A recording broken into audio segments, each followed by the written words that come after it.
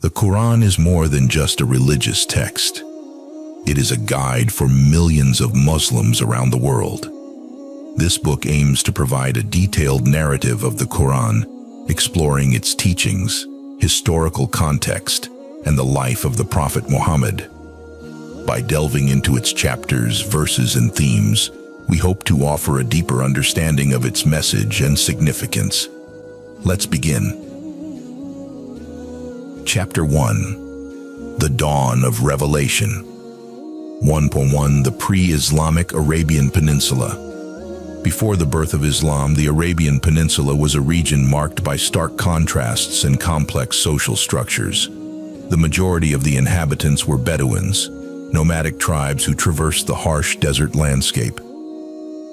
Their lives were dictated by the rhythms of the seasons and the availability of water and grazing lands for their herds of camels, goats, and sheep.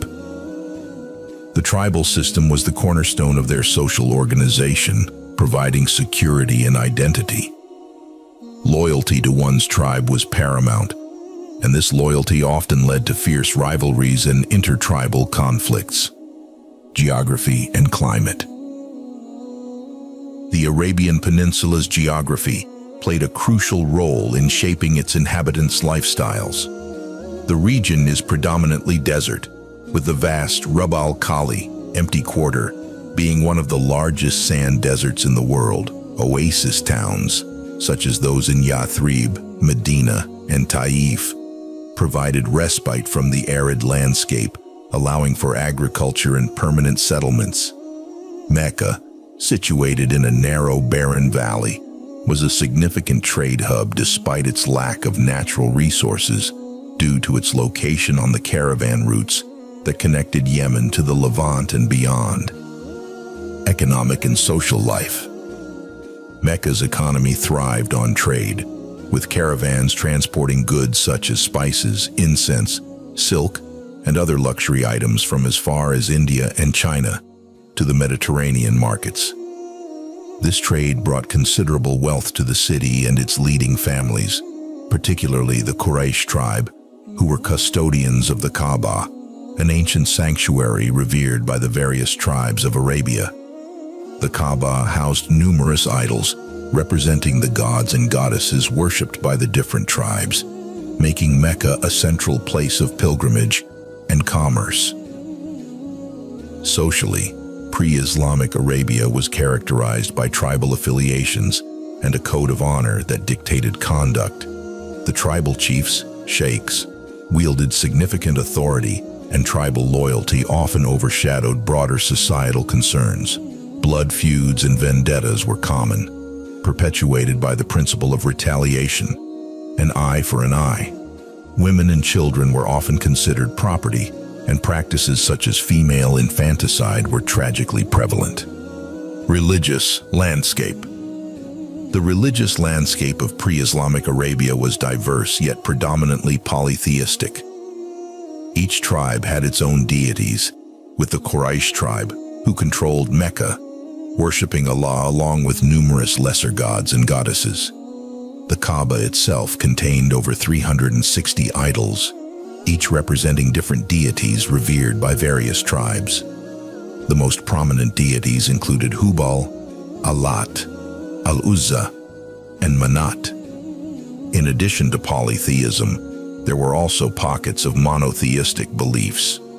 Judaism and Christianity had made inroads into the region, particularly in the southern parts of the peninsula, such as Yemen, where Jewish communities had established themselves, and in the north, where Christian tribes existed. Zoroastrianism, the dominant religion of the nearby Persian Empire, also had some followers. Moreover, a small group of monotheists known as the Hanifs rejected idol worship and followed a vague form of Abrahamic monotheism. 1.2 The Early Life of Muhammad, Early Childhood and Loss.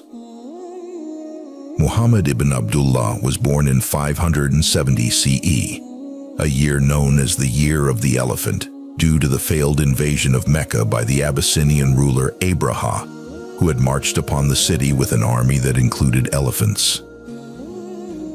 Muhammad's birth occurred within the influential but economically modest Hashim clan of the Quraysh tribe. His father, Abdullah, died before his birth, and his mother Amina passed away when he was only 6 years old. Orphaned at such a young age, Muhammad was first placed under the care of his grandfather, Abdul Muttalib, a respected elder of Mecca. After Abdul Muttalib's death 2 years later, Muhammad's uncle, Abu Talib, assumed responsibility for him. Adolescence and reputation.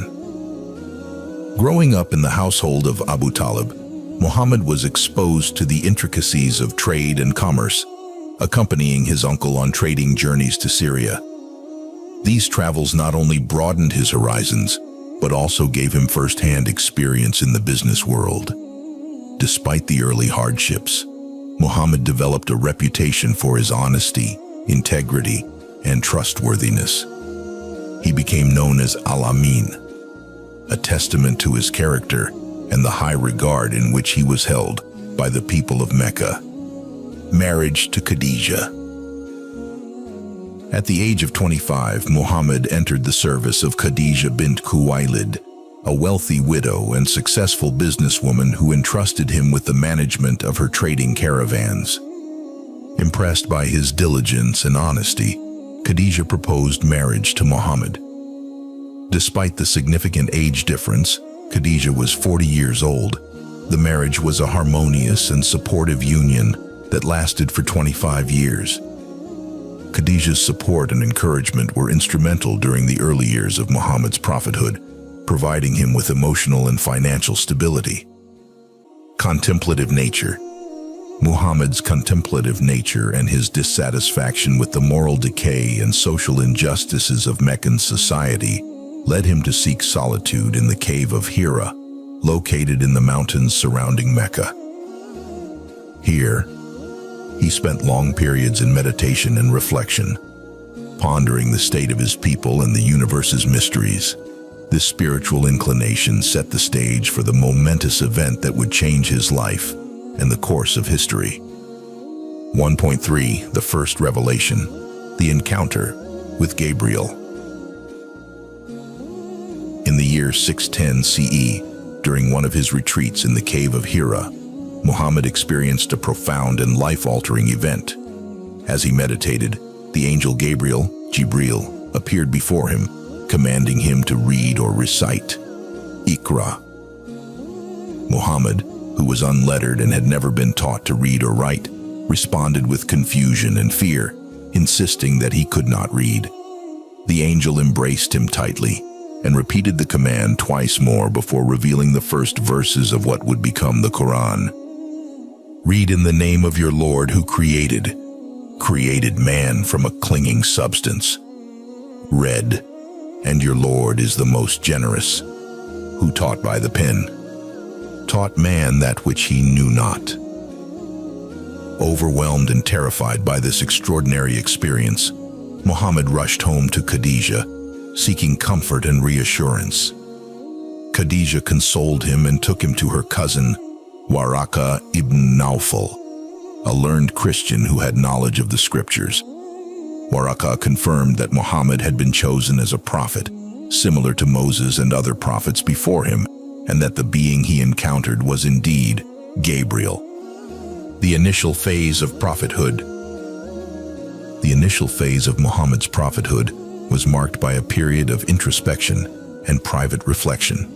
He received no further revelations for some time, a period known as the Fatra, which caused him great distress. However, the revelation resumed, reaffirming his role as a messenger of God.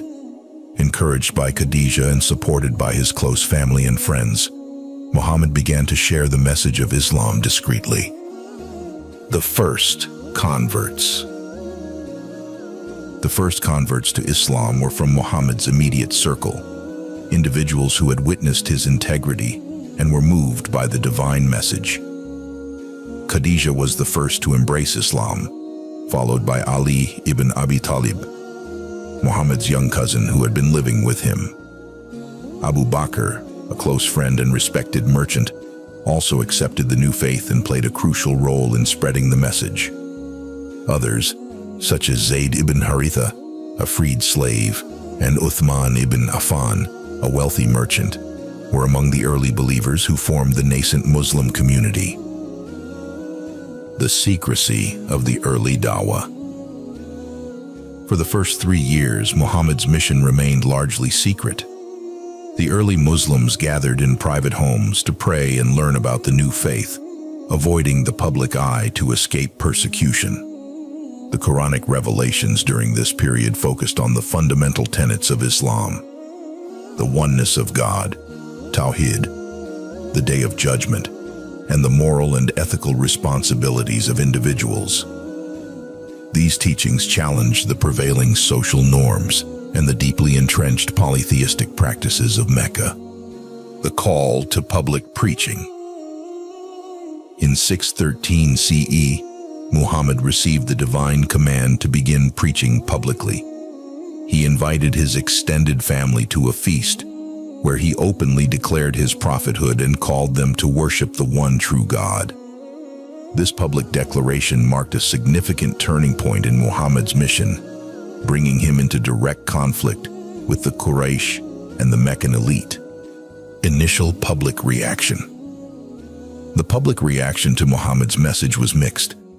While some were intrigued by the call to monotheism and the promise of social justice, many of the Quraysh leaders viewed it as a direct threat to their power and economic interests. The Kaaba, with its numerous idols, was a major source of income, attracting pilgrims and traders from across Arabia. The message of Islam, which denounced idol worship, was seen as a challenge to the status quo, persecution, and hostility. As the number of converts grew, so did the hostility of the Quraysh. They employed various tactics to dissuade people from embracing Islam.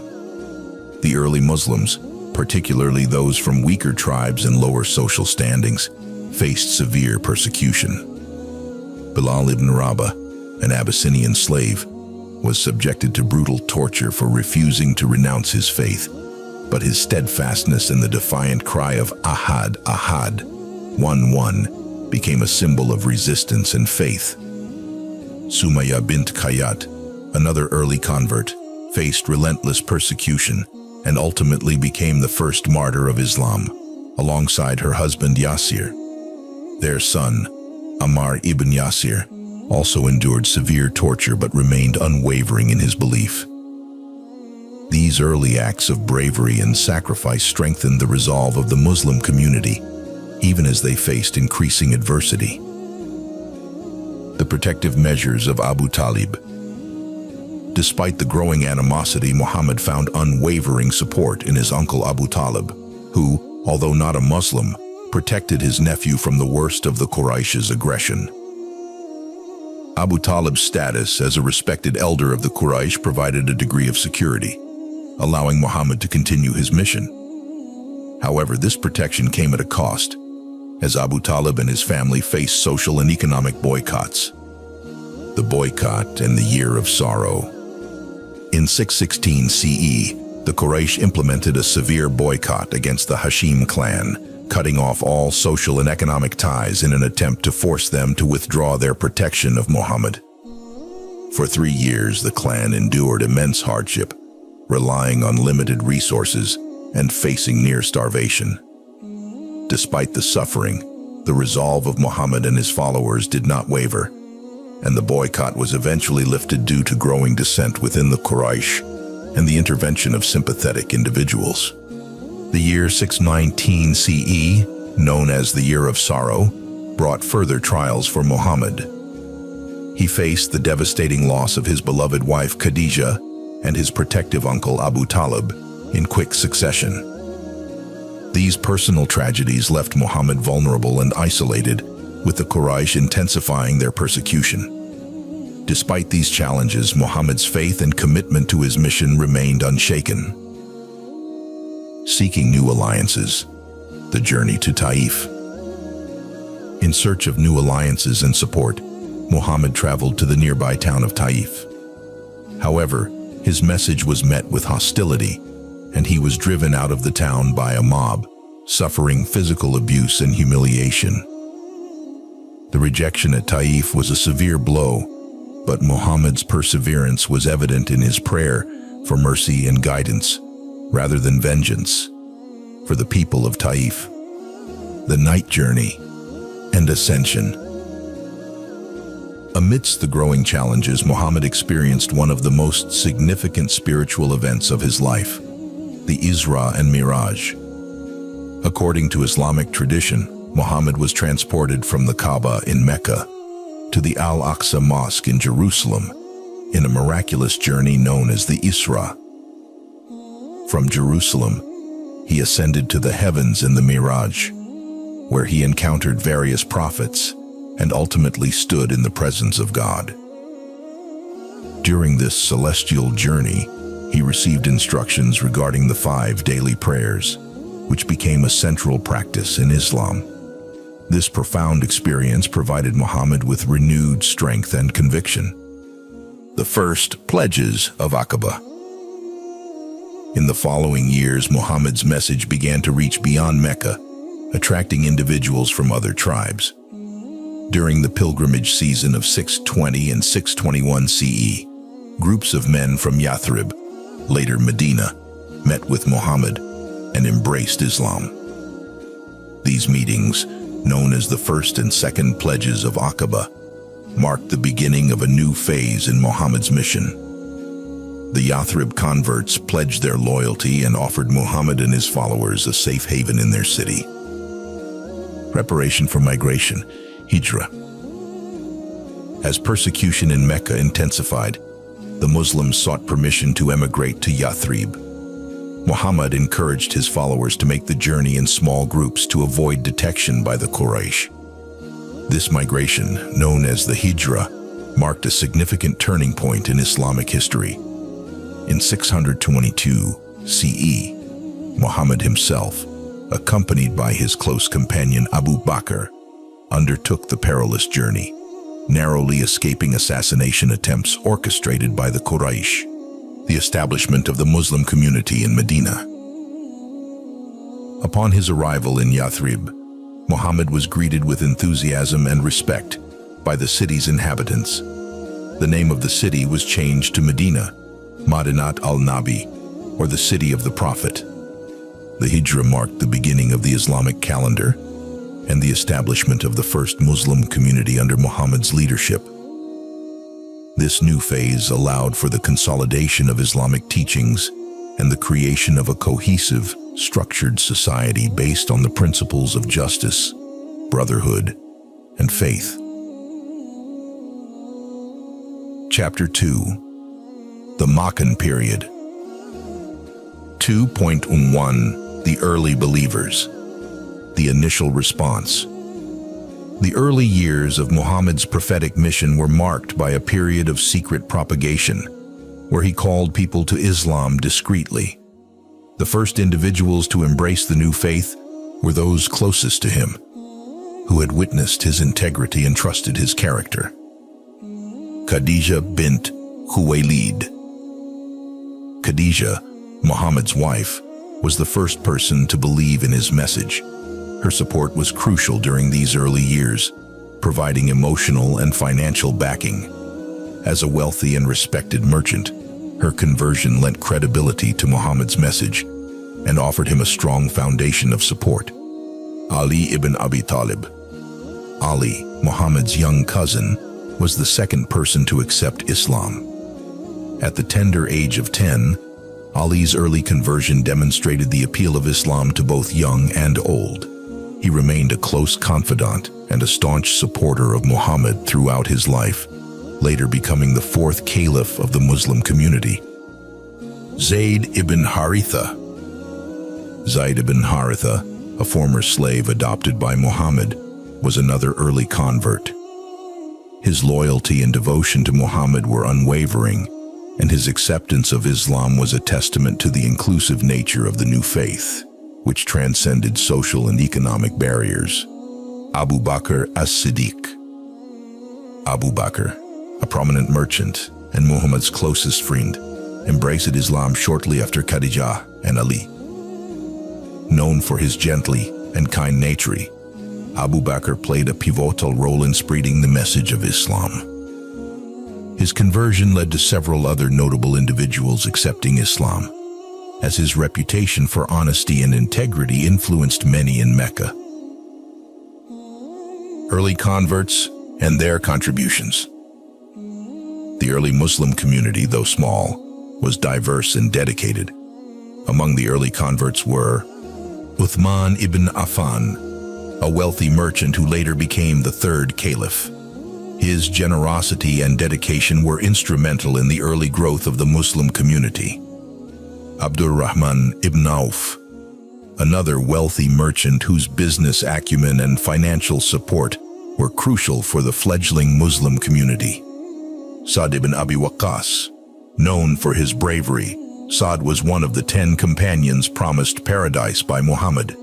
He played a significant role in the military campaigns that followed.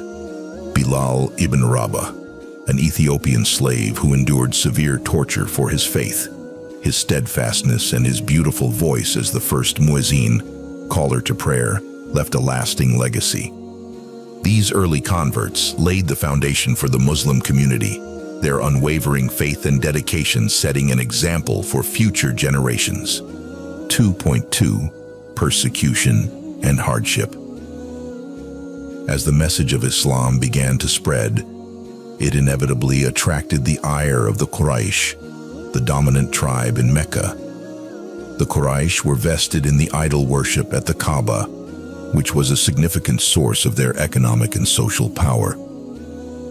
Muhammad's message posed a direct threat to their authority and way of life. The reaction of the Quraysh. The Quraysh initially responded to Muhammad's message with ridicule and disbelief. They mocked him and accused him of being a poet, a magician, or someone possessed. However, as the number of converts grew, their tactics shifted from mockery to more aggressive forms of opposition. Economic and social boycotts. The Quraysh implemented various strategies to stifle the spread of Islam. They imposed economic and social boycotts on the Muslims and their supporters. This included banning trade and marriages with members of the Hashim clan, which supported Muhammad. The boycott led to significant hardship, with the Muslims facing severe shortages of food and resources, torture and martyrdom. The persecution extended beyond social and economic measures to physical torture and violence. Slaves and those without tribal protection bore the brunt of this cruelty. Notable examples include Bilal ibn Rabah. Bilal's owner, Ummah ibn Khalaf, subjected him to brutal torture, including dragging him across the hot desert and placing heavy rocks on his chest. Despite the agony, Bilal's faith remained unshaken, and his repeated cry of Ahad, Ahad, one, one, became a symbol of steadfastness. Sumayya bint Kayat. Sumayya, an elderly woman, became the first martyr of Islam when she was killed by Abu Jahl for her refusal to renounce her faith. Her husband, Yasir, also faced relentless persecution, ultimately dying from the torture inflicted upon him. Ammar ibn Yasir. Sumayya and Yasir's son, Ammar, was forced to endure severe torture. Though he was compelled to utter words against Islam under duress, his heart remained true to his faith, and he was reassured by Muhammad that his forced words did not invalidate his belief. Muhammad's personal suffering. The Prophet Muhammad himself was not immune to the persecution. He faced constant harassment, verbal abuse, and attempts on his life. On one occasion, as he prayed near the Kaaba, the Quraysh placed the entrails of a slaughtered animal on his back. Despite these affronts, Muhammad's patience and resolve never wavered, and he continued to preach the message of Islam with unwavering determination. The protective measures of Abu Talib. Despite the growing animosity, Muhammad found unwavering support in his uncle Abu Talib, who, although not a Muslim, protected his nephew from the worst of the Quraysh's aggression. Abu Talib's status as a respected elder of the Quraysh provided a degree of security, allowing Muhammad to continue his mission. However, this protection came at a cost, as Abu Talib and his family faced social and economic boycotts. The boycott and the Year of Sorrow. In 616 CE, the Quraysh implemented a severe boycott against the Hashim clan, cutting off all social and economic ties in an attempt to force them to withdraw their protection of Muhammad. For 3 years, the clan endured immense hardship, relying on limited resources and facing near starvation. Despite the suffering, the resolve of Muhammad and his followers did not waver, and the boycott was eventually lifted due to growing dissent within the Quraysh and the intervention of sympathetic individuals. The Year of Sorrow. The year 619 CE, known as the Year of Sorrow, brought further trials for Muhammad. He faced the devastating loss of his beloved wife Khadijah and his protective uncle Abu Talib in quick succession. These personal tragedies left Muhammad vulnerable and isolated, with the Quraysh intensifying their persecution. Despite these challenges, Muhammad's faith and commitment to his mission remained unshaken. Seeking new alliances. The journey to Taif. In search of new alliances and support, Muhammad traveled to the nearby town of Taif. However, his message was met with hostility, and he was driven out of the town by a mob, suffering physical abuse and humiliation. The rejection at Taif was a severe blow, but Muhammad's perseverance was evident in his prayer for mercy and guidance, rather than vengeance, for the people of Taif. The night journey and ascension. Amidst the growing challenges, Muhammad experienced one of the most significant spiritual events of his life, the Isra and Miraj. According to Islamic tradition, Muhammad was transported from the Kaaba in Mecca to the Al-Aqsa Mosque in Jerusalem in a miraculous journey known as the Isra. From Jerusalem, he ascended to the heavens in the Miraj, where he encountered various prophets and ultimately stood in the presence of God. During this celestial journey, he received instructions regarding the 5 daily prayers, which became a central practice in Islam. This profound experience provided Muhammad with renewed strength and conviction. The first pledges of Aqaba. In the following years, Muhammad's message began to reach beyond Mecca, attracting individuals from other tribes. During the pilgrimage season of 620 and 621 CE, groups of men from Yathrib, later Medina, met with Muhammad and embraced Islam. These meetings, known as the first and second pledges of Aqaba, marked the beginning of a new phase in Muhammad's mission. The Yathrib converts pledged their loyalty and offered Muhammad and his followers a safe haven in their city. Preparation for migration. Hijrah. As persecution in Mecca intensified, the Muslims sought permission to emigrate to Yathrib.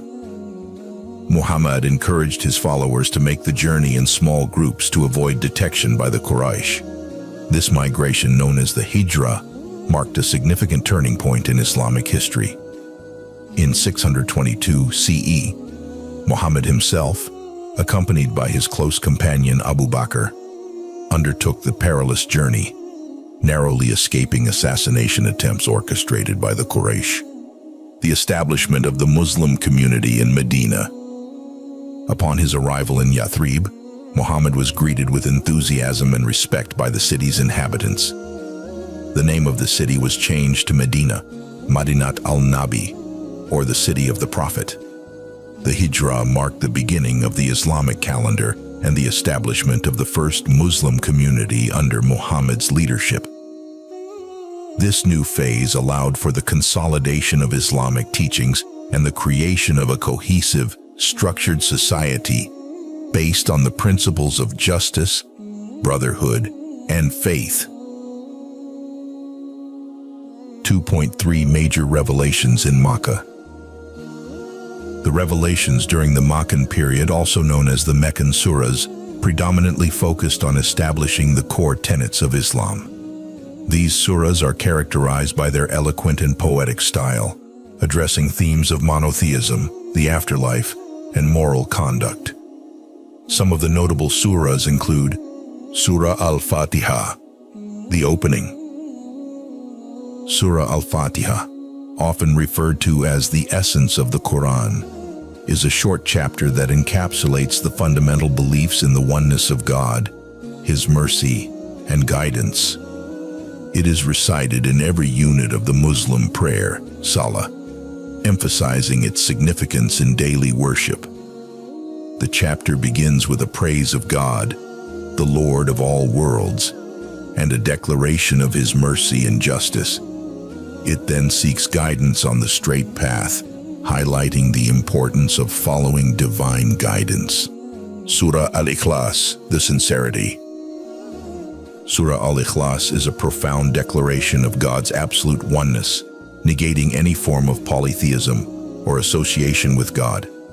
The chapter is concise yet powerful, asserting that God is unique, eternal, and self-sufficient.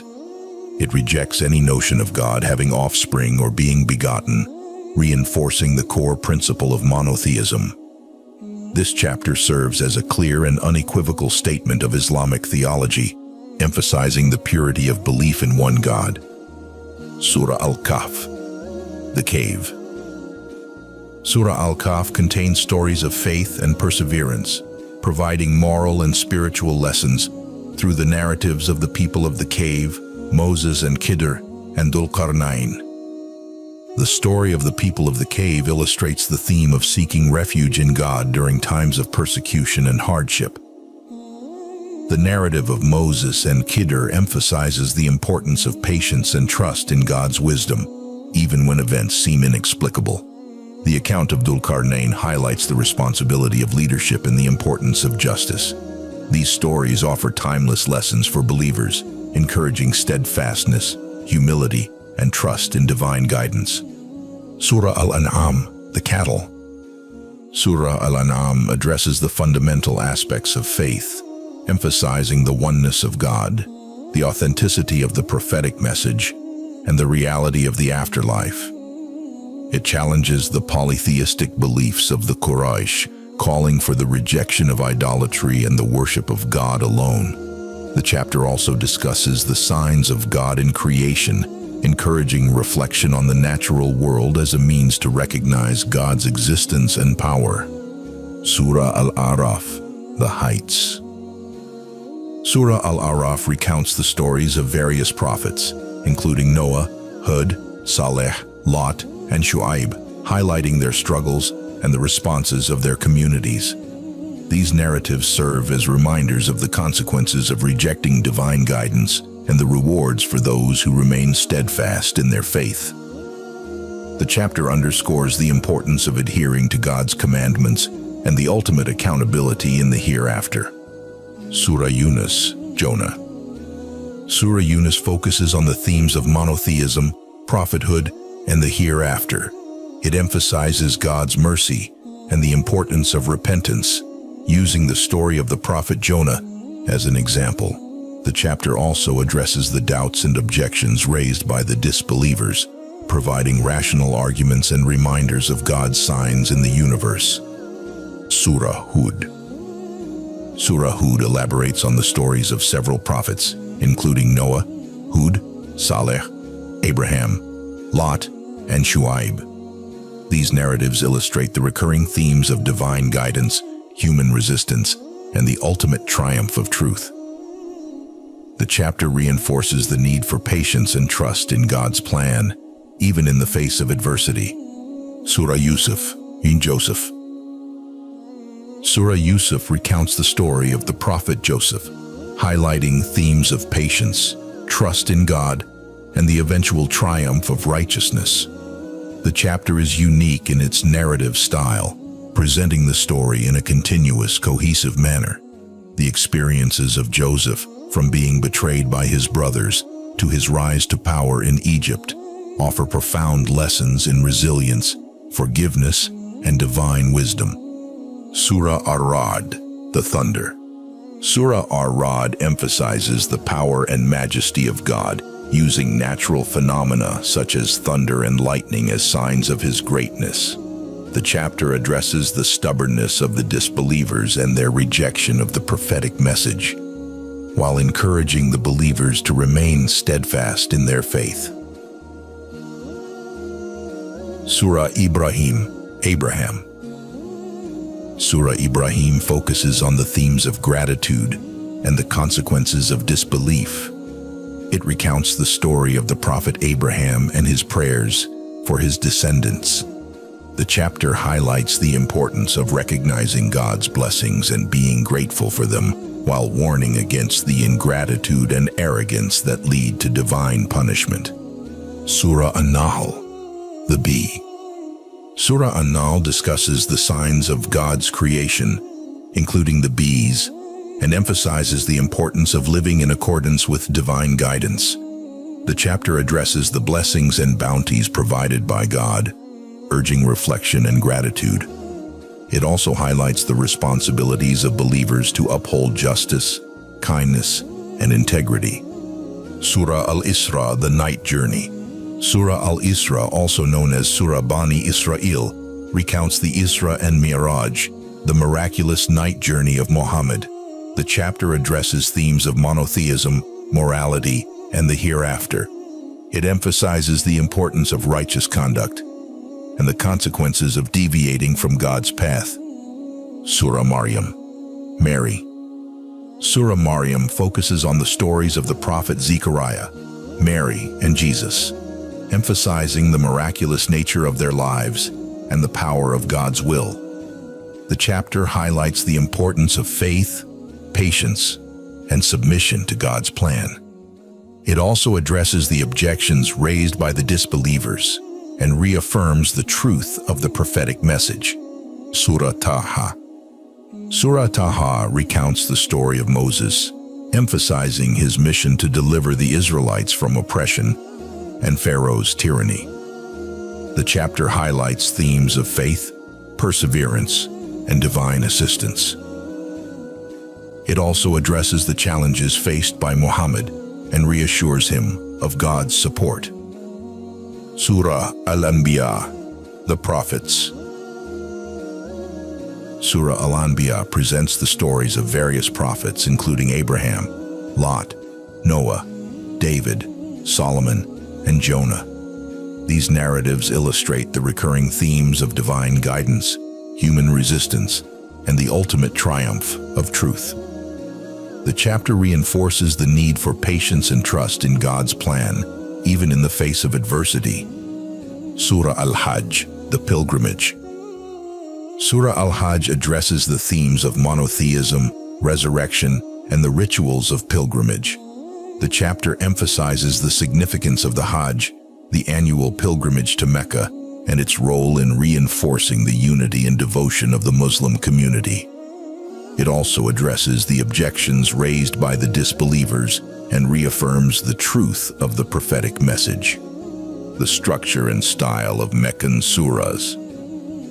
The Meccan surahs are characterized by their eloquent and poetic style, often employing vivid imagery and powerful language to convey their messages. These chapters are generally shorter and focus on themes of monotheism, the hereafter, and moral conduct. The rhetorical devices and literary techniques used in the Meccan surahs captivate the listener, drawing attention to the profound truths being conveyed. The role of revelation in strengthening the believers. The revelations received during the Meccan period served to strengthen the faith of the early Muslims, providing them with spiritual guidance and moral support. The stories of past prophets and their struggles reassured the believers that their trials were part of a greater divine plan. The emphasis on the hereafter and the promise of eternal reward for the righteous encouraged perseverance and dedication to the faith. Challenges in spreading the message. The early Muslims faced numerous challenges in spreading the message of Islam. The deeply entrenched polytheistic beliefs and the socio-economic interests tied to idol worship in Mecca posed significant obstacles. The Quraysh's opposition was fierce, employing tactics ranging from social ostracism and economic boycotts to physical torture and threats of violence. Despite these challenges, the early Muslims remained steadfast, drawing strength from the Quranic revelations and the leadership of Muhammad. The importance of community and brotherhood. The early Muslim community, though small, was marked by a strong sense of brotherhood and solidarity.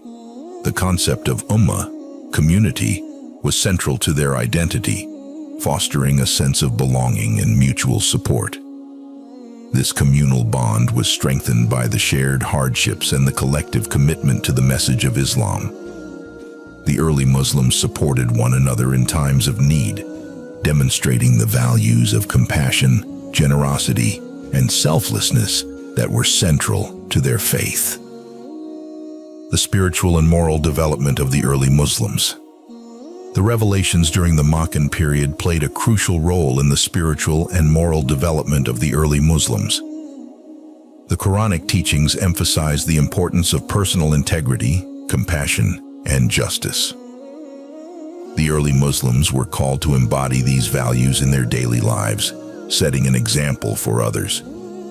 The emphasis on the hereafter and the accountability before God encouraged a sense of responsibility and mindfulness in their actions. The evolution of the prophetic mission. As the number of converts grew and the opposition from the Quraysh intensified, Muhammad's mission evolved. The early phase of secret propagation gradually transitioned to a more public and assertive call to Islam. The revelations provided guidance on navigating the challenges and adversities, offering strategies for resilience and perseverance. The stories of past prophets served as a source of inspiration, reminding the early Muslims that their struggles were part of a greater divine plan.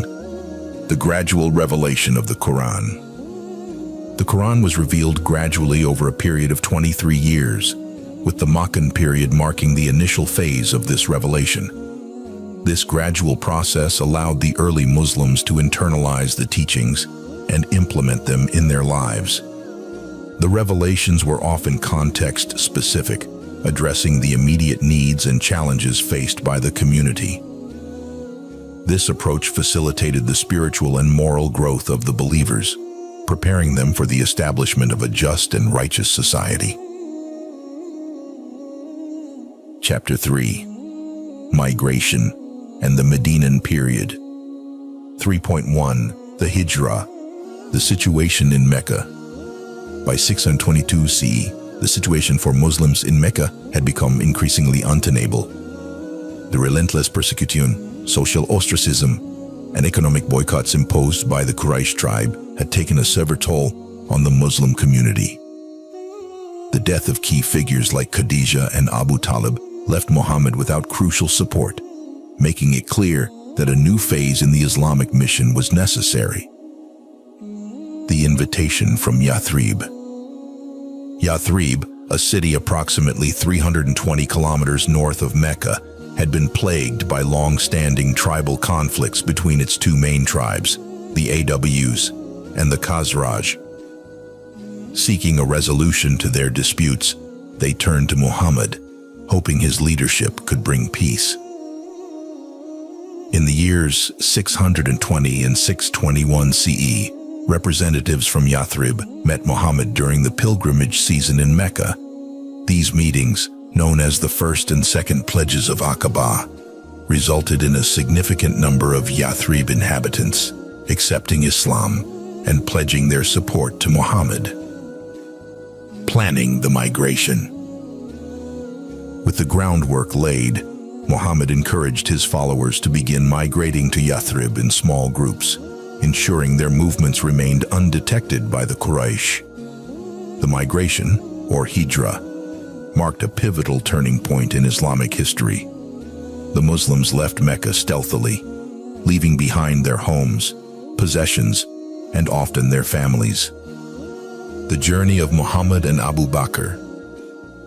Muhammad and his close companion Abu Bakr planned their departure with great caution. On the night of their departure, they evaded the Quraysh's assassination plot and took refuge in the cave of Thar, where they remained hidden for 3 days. The story of a spider spinning a web at the cave's entrance and a dove nesting there, making the Quraysh believe the cave was unoccupied, is a cherished narrative in Islamic tradition. After the danger passed, they embarked on the journey to Yathrib, enduring the harsh desert conditions. Arrival in Medina. Upon their arrival, the city of Yathrib welcomed Muhammad with open arms. The city's name was changed to Medina, short for Madinat al-Nabi, the city of the Prophet. The Hijra not only marked the establishment of the first Muslim community, but also the beginning of the Islamic calendar. 3.2 Building the Muslim Ummah. The Constitution of Medina. One of Muhammad's first actions in Medina was to establish a framework for governance that ensured peace and cooperation among the diverse inhabitants. The Constitution of Medina, also known as the Charter of Medina, was a pioneering document that outlined the rights and duties of all citizens, including Muslims, Jews, and other tribes. It emphasized mutual protection, religious freedom, and the resolution of disputes through arbitration. The bonds of brotherhood. To foster unity and support among the Muslim migrants, Muhajirun, and the native converts of Medina, Ansar, Muhammad established a system of brotherhood, Mu'aka. Each Muhajir was paired with an Ansar, creating a bond of mutual assistance and shared resources. This initiative significantly strengthened the sense of community and solidarity, ensuring that the new arrivals were integrated into the social fabric of Medina. Establishing the mosque. The construction of the Prophet's mosque, Masjid an-Nabawi, was another significant step in consolidating the Muslim community.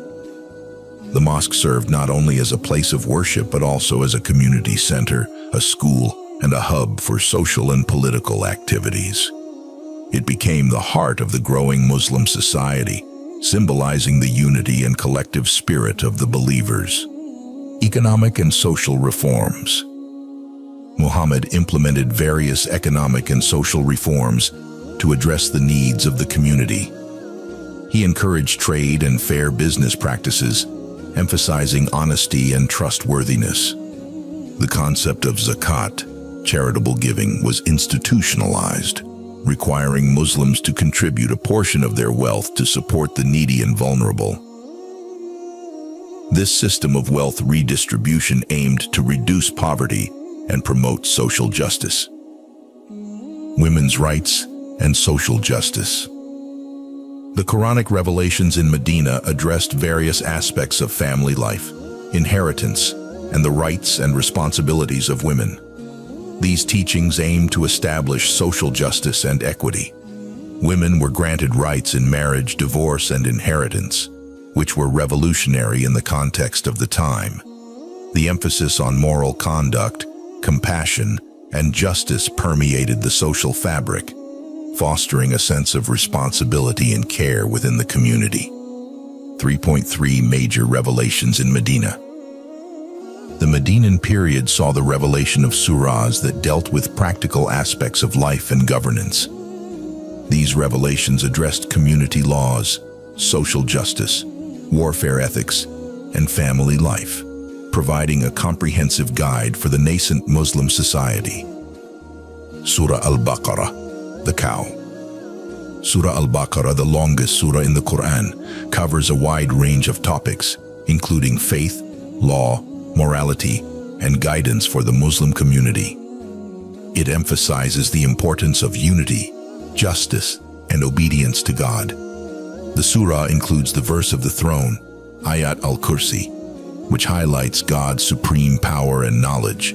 It also introduces the 5 pillars of Islam and outlines rules regarding fasting, charity, and pilgrimage. Surah An-Nisa, the women. Surah An-Nisa addresses issues related to family life, inheritance, and the rights and responsibilities of women, aiming to establish social justice and equity. It provides detailed guidance on marriage, divorce, and the treatment of orphans. The surah also discusses the ethical conduct of warfare and the importance of justice and fairness in resolving disputes. Surah Al-Ma'idah, the table spread. Surah Al-Ma'idah focuses on legal and ethical guidance, outlining dietary laws, the prohibition of certain practices, and the importance of fulfilling covenants. It emphasizes the sanctity of life and the necessity of upholding justice. The surah also addresses interfaith relations, encouraging respectful dialogue and cooperation with people of other faiths. Surah At-Tawbah, the repentance. Surah At-Tawbah addresses themes of repentance, accountability, and the importance of upholding one's commitments. It includes directives related to warfare and the treatment of non-Muslims, emphasizing the importance of justice and compassion. The surah also highlights the significance of repentance and seeking God's forgiveness. Surah Al-Anfal, the spoils of war. Surah Al-Anfal provides guidance on the conduct of warfare and the distribution of spoils. It emphasizes the importance of unity, discipline, and adherence to divine commandments in times of conflict. The surah also recounts the Battle of Badr, highlighting the role of divine assistance in the victory of the Muslim forces. Surah Al-Ahzab, the Confederates. Surah Al-Ahzab discusses the events surrounding the Battle of the Trench, Khandaq, and the alliances formed by the Quraysh and other tribes against the Muslims. It emphasizes the importance of trust in God and steadfastness in the face of adversity. The surah also addresses issues related to the Prophet's household and the conduct of Muslim women. Surah Al-Hujurat, the rooms. Surah Al-Hujurat provides guidance on social etiquette, emphasizing the importance of respect, humility, and good conduct within the community. It addresses issues such as backbiting, suspicion, and the importance of resolving disputes amicably. The surah highlights the value of mutual respect and understanding in fostering a harmonious society. Surah Al-Mumtahina, she that is to be examined. Surah Al-Mumtahina addresses the treatment of women who migrate to the Muslim community and the importance of maintaining justice and fairness in all interactions. It emphasizes the significance of faith and the necessity of adhering to divine guidance in personal and communal matters. The role of revelation in community building.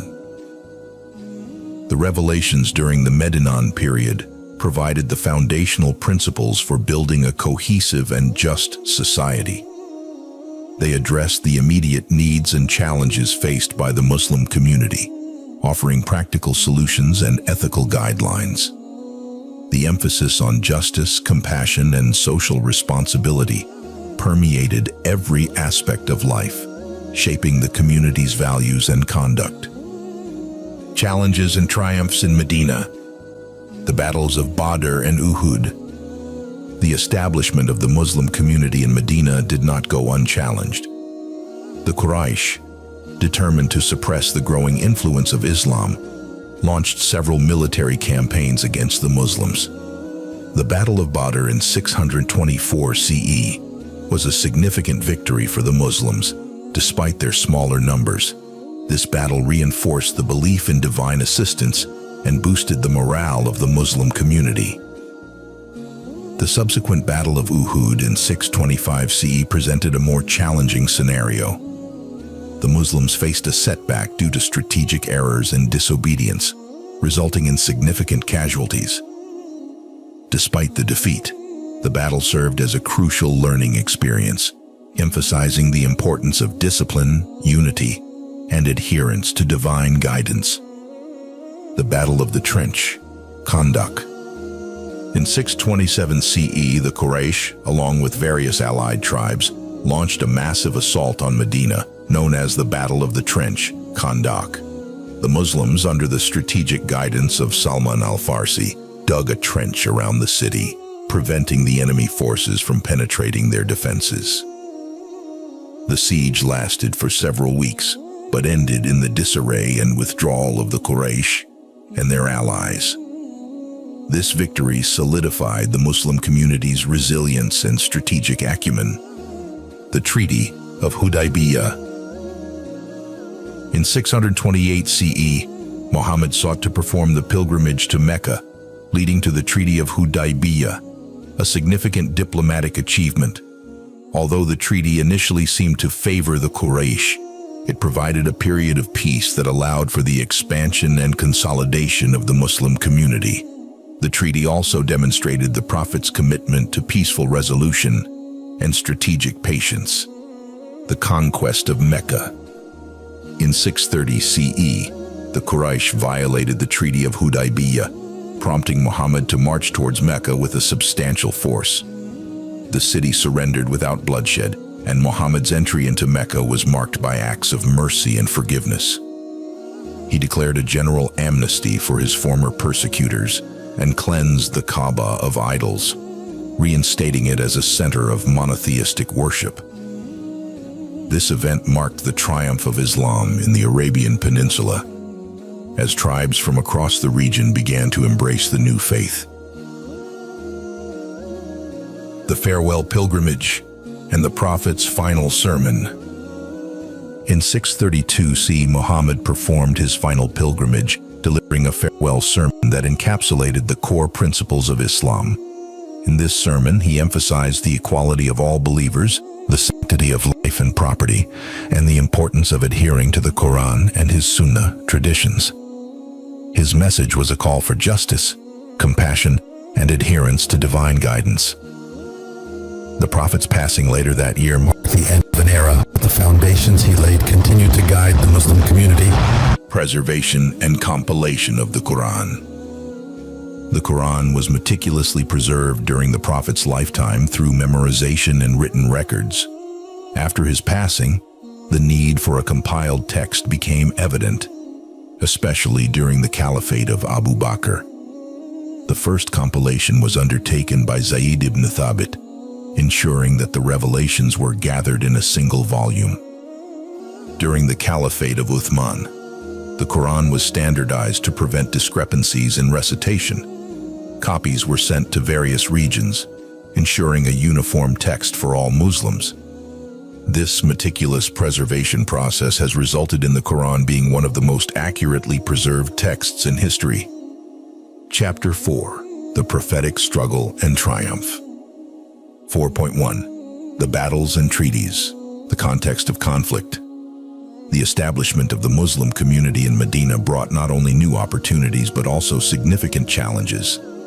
The Quraysh of Mecca, threatened by the growing influence of Islam, continued their efforts to undermine Muhammad's mission. The ensuing conflicts were not merely military engagements, but were deeply rooted in the ideological and socio-political landscape of 7th century Arabia. The Battle of Badr. Background and build-up. The Battle of Badr, fought in 624 CE, was the first major military encounter between the Muslims and the Quraysh. It took place near the wells of Badr, a key caravan route southwest of Medina. The immediate cause of the battle was a Muslim attempt to intercept a wealthy Meccan caravan returning from Syria, led by Abu Sufyan. This interception aimed to weaken the Quraysh economically and to compensate for the wealth the Muslims had left behind in Mecca. The clash. The Muslim army, consisting of approximately 13 men, faced a well-equipped Quraysh force of about 1,000. Despite their numerical inferiority, the Muslims were motivated by their faith in the promise of divine assistance. The battle began with traditional single combats, where notable figures from both sides faced each other. The victory of Hamza ibn Abdul Muttalib, Ali ibn Abi Talib, and Ubaidah ibn al-Harith over their opponents boosted Muslim morale. Decisive victory. The battle culminated in a decisive Muslim victory, with the Quraysh suffering heavy losses, including key leaders like Abu Jahl and Umayyah ibn Khalaf. The Muslims captured significant booty and took several Quraysh prisoners. This victory was seen as a divine endorsement of Muhammad's mission and significantly boosted the morale and credibility of the Muslim community.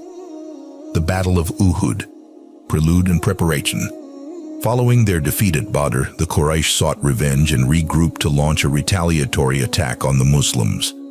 In 625 CE, the Quraysh, led by Abu Sufyan, assembled an army of approximately 3,000 men and marched towards Medina. Muhammad, upon receiving intelligence about the advancing enemy, consulted with his companions. Despite his inclination to defend Medina from within, the majority opinion favored meeting the enemy in open battle outside the city. The battle ensues. The battle took place near Mount Uhud, a few miles north of Medina.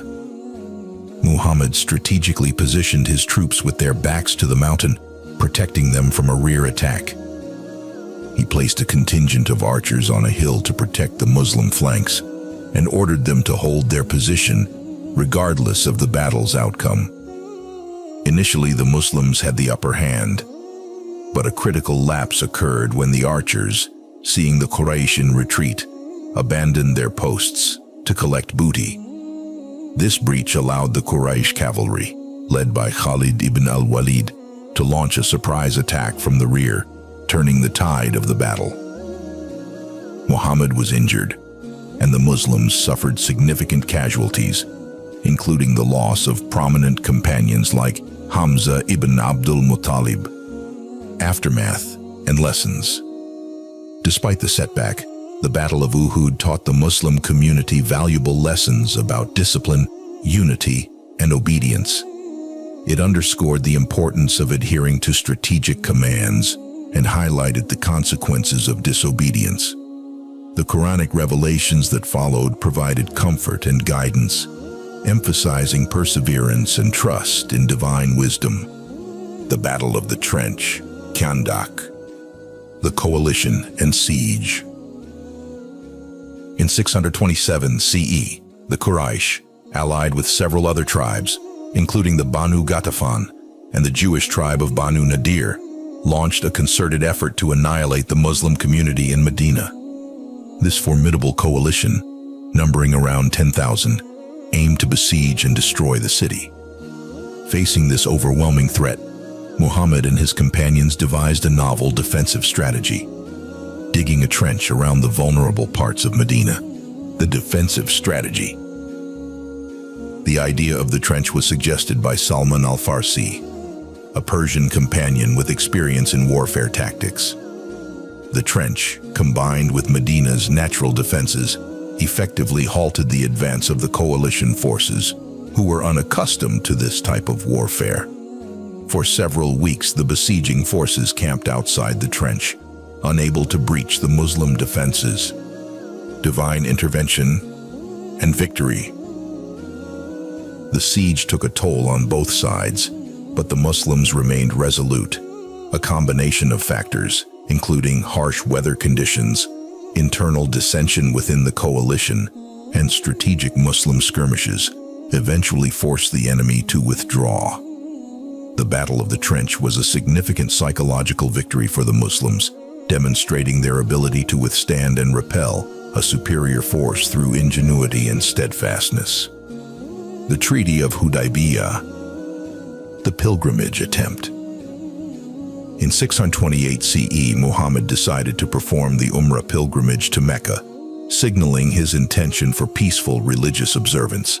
Accompanied by around 1,400 Muslims, he set out towards Mecca, unarmed and dressed in the simple garments of pilgrims. The Quraysh, alarmed by the approach of the Muslims, vowed to prevent them from entering the city. Negotiations and terms.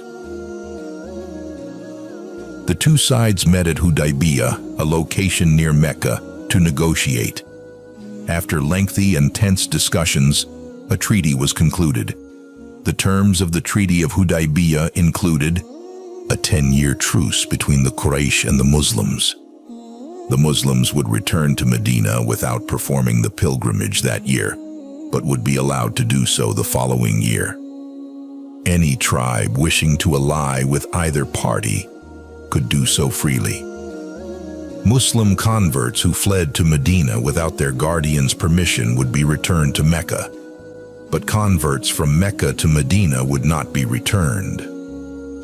Strategic and diplomatic victory. While the treaty initially seemed to favor the Quraysh, it provided a period of peace and stability that allowed Islam to spread without the threat of immediate conflict. It also demonstrated Muhammad's commitment to peaceful resolution and his strategic acumen. The period following the treaty saw a significant increase in conversions to Islam and the consolidation of the Muslim community's strength. The conquest of Mecca. Breaking the treaty. In 630 CE, the Quraysh violated the Treaty of Hudaybiyah by attacking the Banu Quza'a, a tribe allied with the Muslims. Muhammad seized this breach as an opportunity to finally address the threat posed by the Quraysh. He mobilized a large force of around 10,000 Muslims and marched towards Mecca, ensuring that the city was surrounded. The peaceful conquest. The Quraysh, realizing their untenable position, opted for a peaceful surrender. Muhammad entered Mecca with minimal bloodshed, demonstrating mercy and clemency. He declared a general amnesty, sparing the lives of his former enemies and pardoning those who had opposed him. This act of forgiveness and magnanimity won the hearts of many Meccans, leading to mass conversions to Islam, cleansing the Kaaba. One of Muhammad's first actions upon entering Mecca was to cleanse the Kaaba of its idols, restoring it as a center of monotheistic worship. The Kaaba, built by the Prophet Abraham and his son Ishmael, was rededicated to the worship of Allah alone.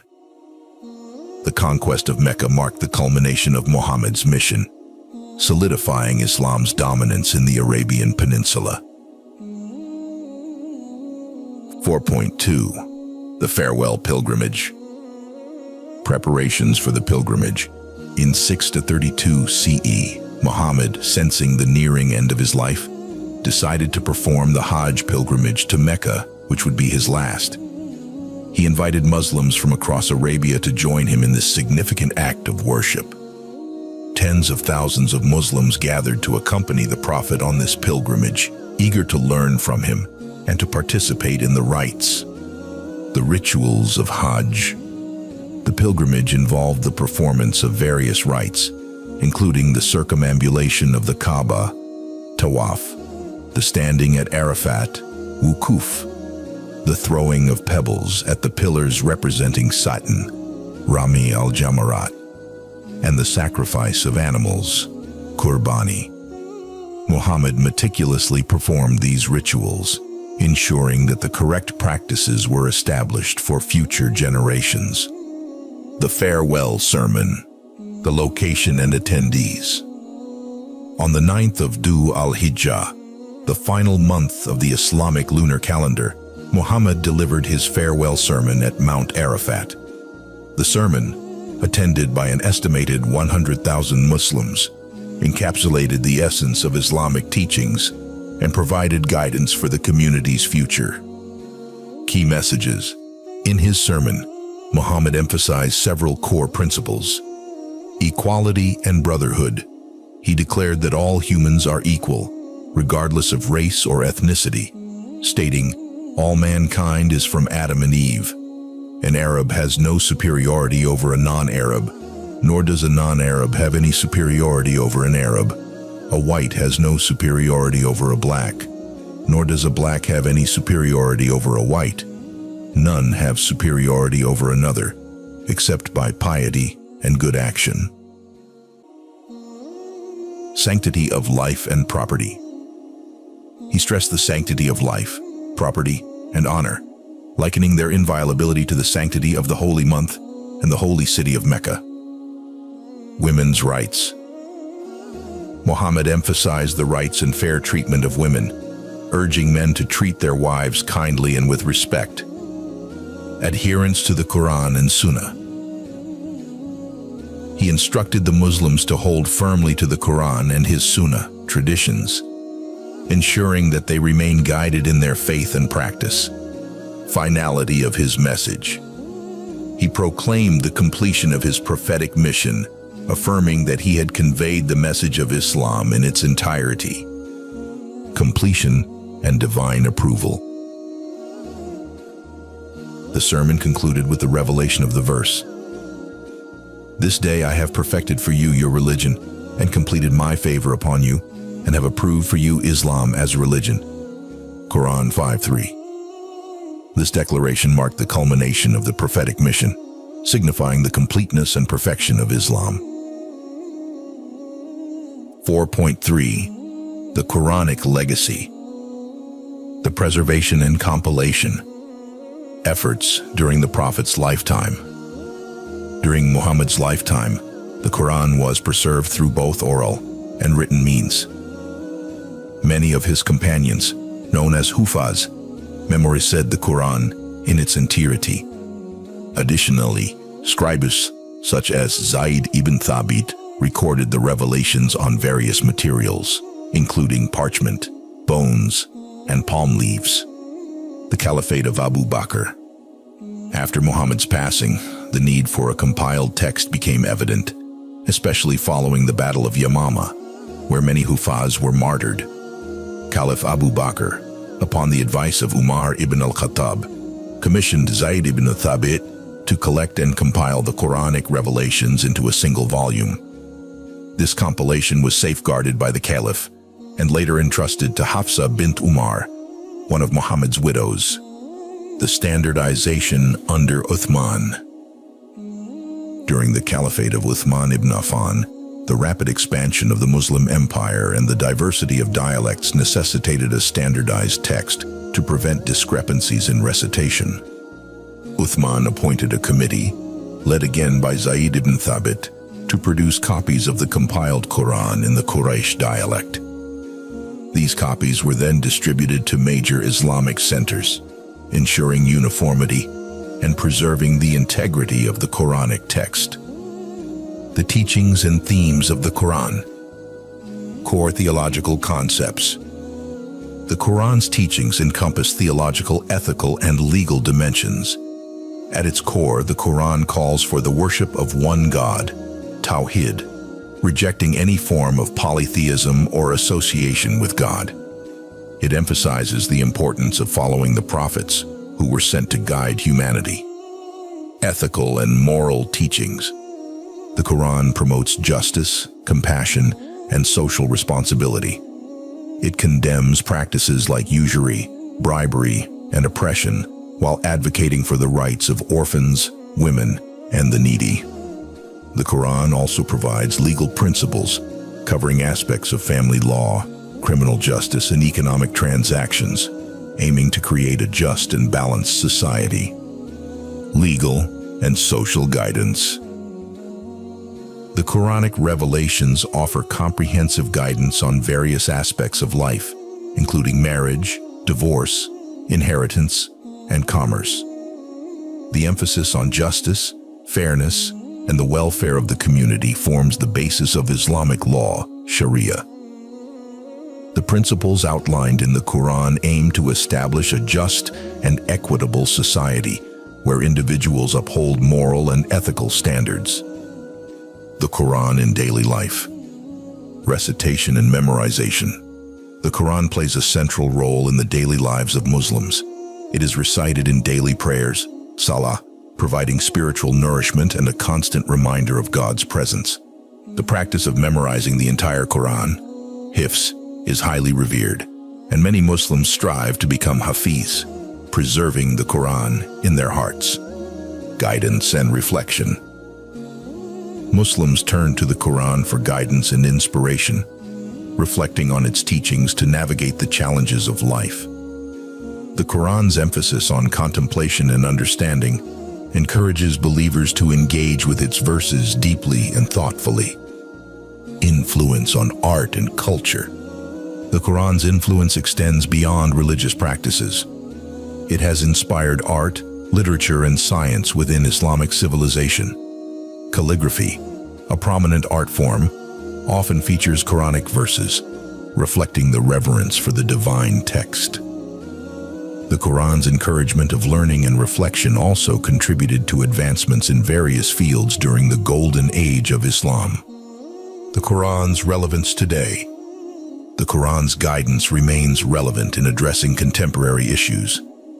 Its principles of justice, equality, and stewardship of the earth provide a framework for tackling modern challenges such as human rights, gender equality, and environmental sustainability.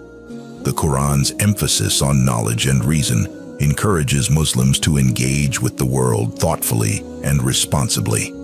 Personal stories of transformation. The Quran has profoundly impacted individuals across different cultures and backgrounds. Stories of personal transformation highlight its universal message and its ability to inspire positive change.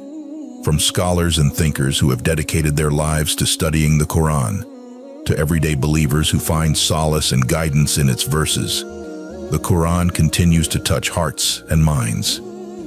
Global impact and interfaith dialogue. The Quran's influence extends beyond the Muslim world, contributing to global culture and interfaith dialogue. Its message of monotheism, moral conduct, and social justice resonates with people of various faiths. The Quran's principles have inspired movements for social reform, human rights, and peace building, demonstrating its enduring relevance.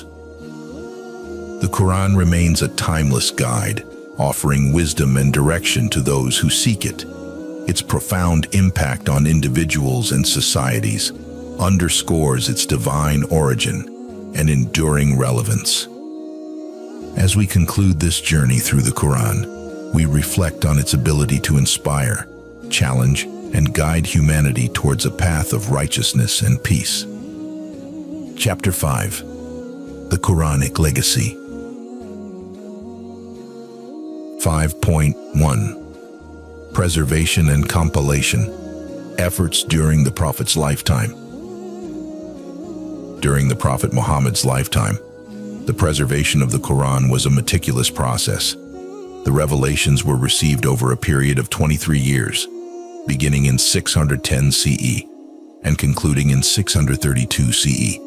These revelations were communicated orally to Muhammad by the angel Gabriel and were immediately committed to memory by the Prophet and his companions. This oral tradition of memorization, hifz, was a crucial aspect of Arab culture, where poetry and oral histories were commonly preserved through recitation. The role of scribes. In addition to memorization, the Prophet Muhammad employed scribes to record the revelations as they were received. Notable scribes included Zayd ibn Thabit, Ubay ibn Ka'b, and Abdullah ibn Mas'ud. These scribes wrote on various materials available at the time, such as parchment, bones, palm leaves, and leather. The Prophet would dictate the verses, ensuring they were accurately recorded and reviewed. This dual method of preservation, both oral and written, was instrumental in safeguarding the Quranic text. Compilation after the Prophet's death. The Caliphate of Abu Bakr. Following the death of the Prophet Muhammad in 632 CE, the Muslim community faced the challenge of preserving the Quran in a consolidated form. The Battle of Yamama, which took place during the Caliphate of Abu Bakr, resulted in the martyrdom of many Hufaz, memorizers of the Quran. This loss highlighted the urgency of compiling the Quran into a single, authoritative text. Upon the advice of Umar ibn al-Khattab, Abu Bakr commissioned Zayd ibn Thabit to lead the effort of compiling the Quran. Zayd, known for his thorough knowledge and trusted position as a scribe, undertook the task with diligence. He meticulously collected all written fragments and cross-verified them with the memories of those who had memorized the Quran. This compilation resulted in a single, cohesive manuscript that was entrusted to Abu Bakr, and later to Umar and Hafsa bint Umar, one of the Prophet's widows. The standardization under Uthman. During the Caliphate of Uthman ibn Affan, The rapid expansion of the Islamic Empire and the diversity of dialects necessitated a standardized text to prevent discrepancies in recitation. Reports of variations in Quranic recitation among different regions raised concerns about the potential for division within the Muslim community. Uthman appointed a committee, once again led by Zayd ibn Thabit, to produce standardized copies of the Qur'an in the Quraysh dialect, the dialect of the Prophet Muhammad. This involved gathering the original compilation and producing multiple copies. These copies were then sent to major Islamic centers such as Kufa, Basra, Damascus, and Mecca, along with a reciter to ensure correct pronunciation and recitation. The original manuscripts and all other variant texts were ordered to be destroyed to maintain uniformity. The Uthmanic Codex. The copies produced during Uthman's caliphate, known as the Uthmanic Codices, formed the basis of all subsequent Quranic manuscripts. The consistency of the text across these codices ensured that the Quran remained unchanged and accurately preserved through generations. The meticulous efforts of the early Muslims in preserving and standardizing the Quran have resulted in its unparalleled textual integrity. 5.2. The Quran's teachings and themes. Core theological concepts. Tawheed, monotheism. The central tenet of the Quran is Tawheed, the belief in the oneness of God. The Quran repeatedly emphasizes that there is no deity but Allah, who is unique, eternal, and incomparable. This concept rejects all forms of polytheism and idolatry. Verses such as Surah Al-Ikhlas 1:12 succinctly encapsulate this belief. Say, He is Allah, who is one, Allah, the eternal refuge. He neither begets nor is born, nor is there to him any equivalent. Prophethood and revelation. The Quran acknowledges a long line of prophets sent by God to guide humanity, including Adam, Noah, Abraham, Moses, and Jesus, culminating in Muhammad as the final prophet. The prophets are seen as bearers of divine revelation and exemplars of righteousness. The Quranic narrative places Muhammad in this continuum, confirming the messages of previous scriptures while providing final and comprehensive guidance. Akhirah, the hereafter. The Quran places significant emphasis on the concept of the hereafter, detailing the resurrection, judgment, and the eternal fate of individuals based on their deeds. It describes vivid imagery of paradise, Jannah, and hell, Jahannam, encouraging believers to lead righteous lives in anticipation of divine judgment. Verses such as Surah Al-Infitar 82:13-14 state, Indeed, the righteous will be in pleasure, and indeed, the wicked will be in hellfire. Ethical and moral teachings, justice and fairness. The Quran advocates for justice and fairness in all aspects of life, emphasizing the importance of upholding the rights of individuals and communities. Verses such as Surah An-Nisa 4:135 urge believers to stand firmly for justice. O you who have believed, be persistently standing firm in justice, witnesses for Allah, even if it be against yourselves or parents and relatives. Compassion and mercy. Compassion and mercy are recurring themes in the Quran, reflecting God's attributes as Ar-Rahman, the most merciful, and Ar-Rahim, the most compassionate. Believers are encouraged to embody these qualities in their interactions with others, particularly the weak and vulnerable. The Quran frequently mentions the importance of caring for orphans, the poor, and travelers. Honesty and integrity. The Quran underscores the importance of honesty and integrity in personal and professional conduct. It condemns deceit, fraud, and false testimony, urging believers to adhere to truthfulness and sincerity. Verses such as Surah Al-Ma'idah 5:8 state, O you who have believed, fear Allah, and be with those who are truthful. Legal and social guidance. Family law. The Quran provides comprehensive guidance on family matters, including marriage, divorce, and inheritance. It emphasizes the importance of mutual respect and kindness between spouses and outlines the rights and responsibilities of each party. Verses such as Surah An-Nisa 4:34-35 highlight the significance of harmony and reconciliation in marital relationships. Economic transactions. The Quran offers detailed instructions on ethical economic practices, condemning usury, riba, and encouraging fair trade and commerce. It promotes charitable giving, zakat, as a means of wealth redistribution to support the needy and reduce poverty. Verses such as Surah Al-Baqarah 2:275 warn against the exploitation inherent in usurious practices. Those who consume interest cannot stand on the day of resurrection, except as one stands who is being beaten by Satan into insanity. Criminal justice. The Quran lays down principles for criminal justice, emphasizing proportionality, fairness, and the protection of individual rights.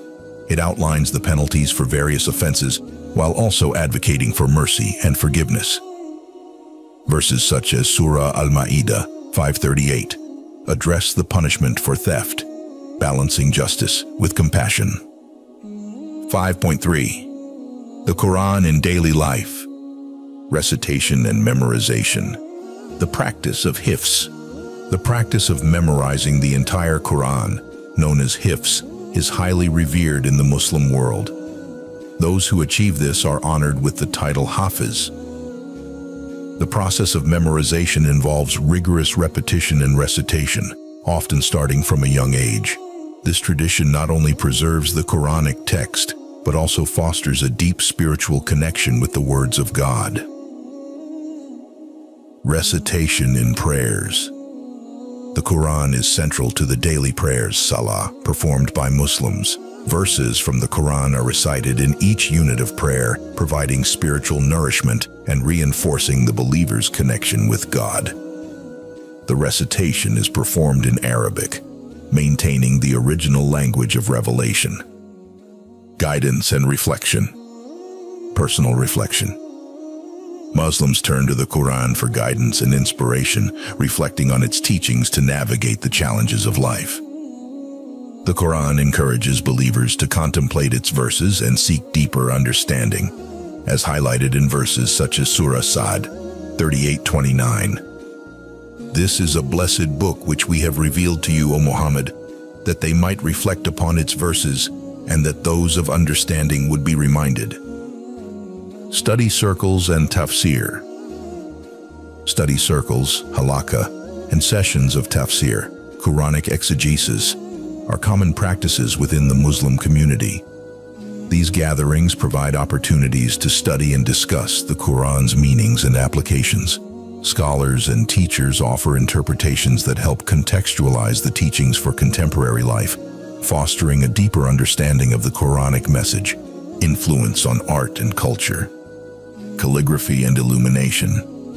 The Quran's influence extends to the arts, particularly in the form of calligraphy and manuscript illumination. Islamic calligraphy, the artistic practice of writing Quranic verses, is revered for its beauty and precision. Manuscripts of the Quran are often adorned with intricate designs and gold leaf, reflecting the reverence for the sacred text. Architecture and design. Quranic verses are frequently inscribed on the walls of mosques and other Islamic architectural structures. These inscriptions serve both decorative and devotional purposes, reminding worshippers of the divine presence. The integration of Quranic calligraphy into architecture is a testament to the profound influence of the Quran on Islamic culture and aesthetics. Literature and poetry. The Quran has inspired a rich tradition of Islamic literature and poetry. Themes of divine love, spiritual reflection, and moral guidance permeate the works of poets and writers throughout Islamic history. The Quran's literary excellence and profound messages continue to inspire contemporary authors and poets. The Quran's relevance today. Addressing contemporary issues. Human rights and social justice. The Quran's principles of justice, equality, and compassion provide a framework for addressing contemporary issues such as human rights and social justice.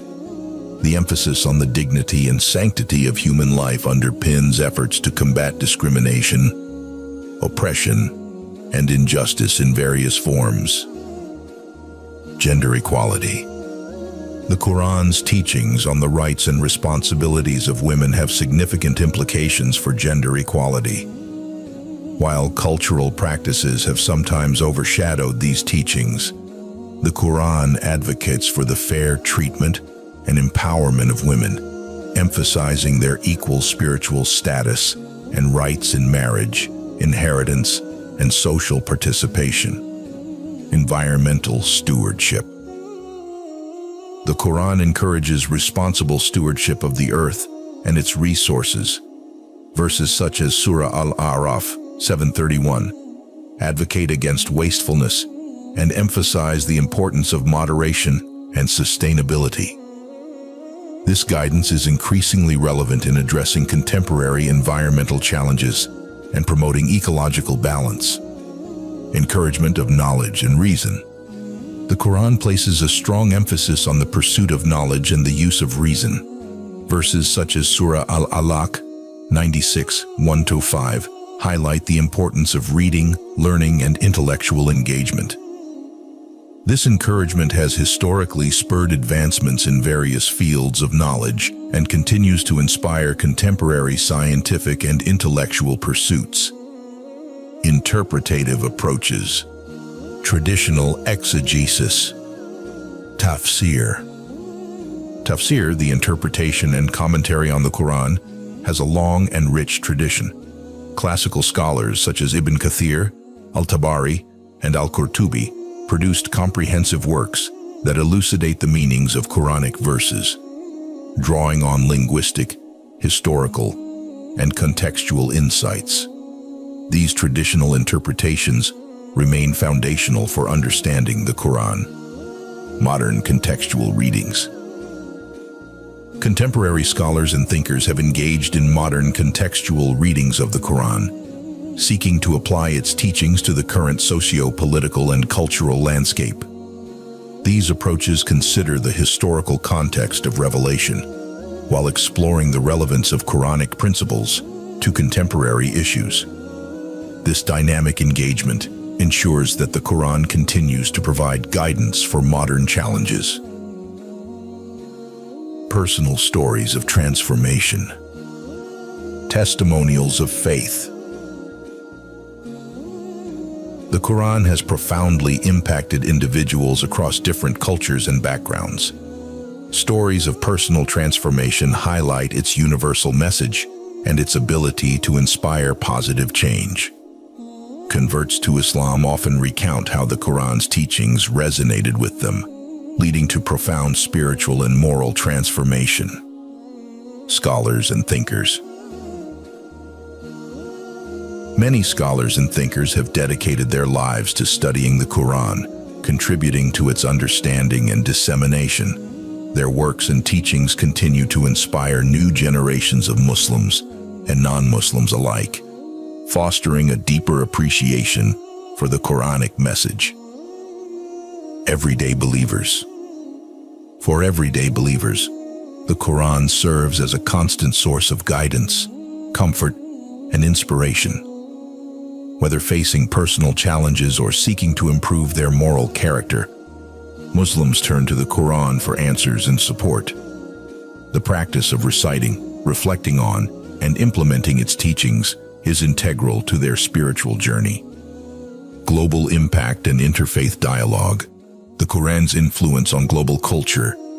The Quran's influence extends beyond the Muslim world, contributing to global culture and intellectual heritage. Its principles of monotheism, moral conduct, and social justice resonate with people of various faiths and philosophies. The Quran's literary excellence and profound messages have been acknowledged and appreciated by scholars and thinkers across different cultures. Interfaith dialogue and understanding. The Quran encourages respectful dialogue and mutual understanding between people of different faiths. Verses such as Surah Al-Baqarah 256 emphasize the importance of religious freedom and the principle of no compulsion in religion. This ethos has fostered interfaith dialogue and cooperation, promoting peace and understanding in diverse societies. Inspiring social reform. The Quran's principles have inspired movements for social reform, human rights, and peace building. Its teachings on justice, compassion, and human dignity provide a foundation for advocating for the rights of marginalized and oppressed communities. The Quran's message of universal brotherhood and ethical conduct continues to inspire efforts towards creating a more just and equitable world. The enduring relevance of the Quran.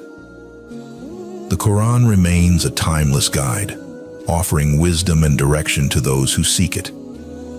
Its profound impact on individuals and societies underscores its divine origin and enduring relevance. As we conclude this journey through the Quran, we reflect on its ability to inspire, challenge, and guide humanity towards a path of righteousness and peace. The Quran's legacy is vast and multifaceted, encompassing its meticulous preservation, profound teachings, and enduring influence on art, culture, and society. It remains a beacon of guidance and inspiration, providing a comprehensive framework for ethical living and spiritual fulfillment. The Quran's relevance transcends time and place, continuing to shape the lives of millions of people around the world. Chapter 6.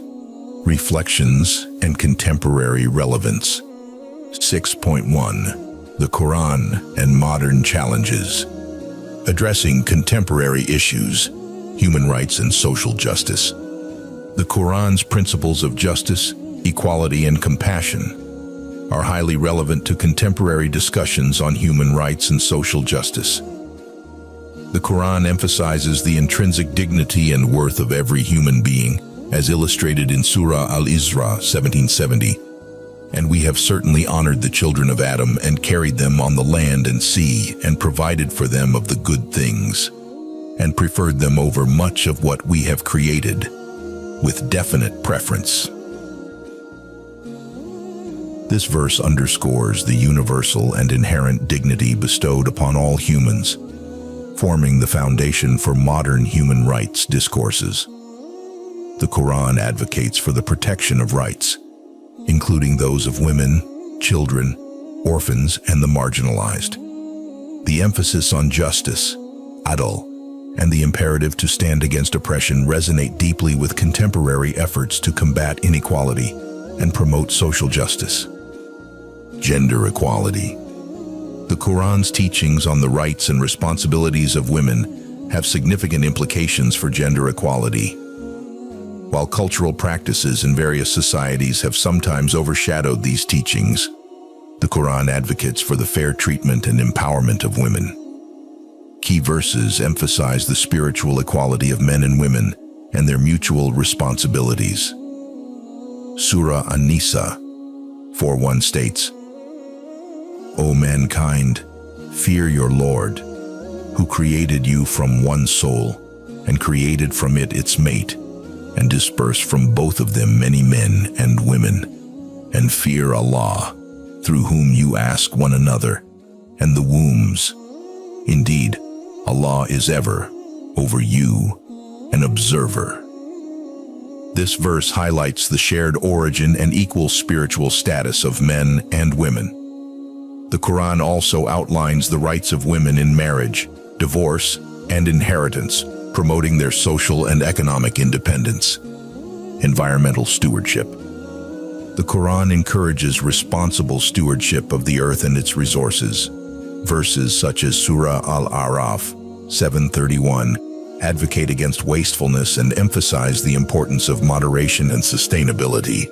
O children of Adam, Take your adornment at every masjid, and eat and drink, but be not excessive. Indeed, he likes not those who commit excess. This guidance is increasingly relevant in addressing contemporary environmental challenges such as climate change, pollution, and resource depletion.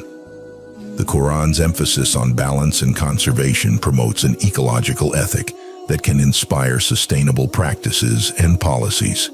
Encouragement of knowledge and reason.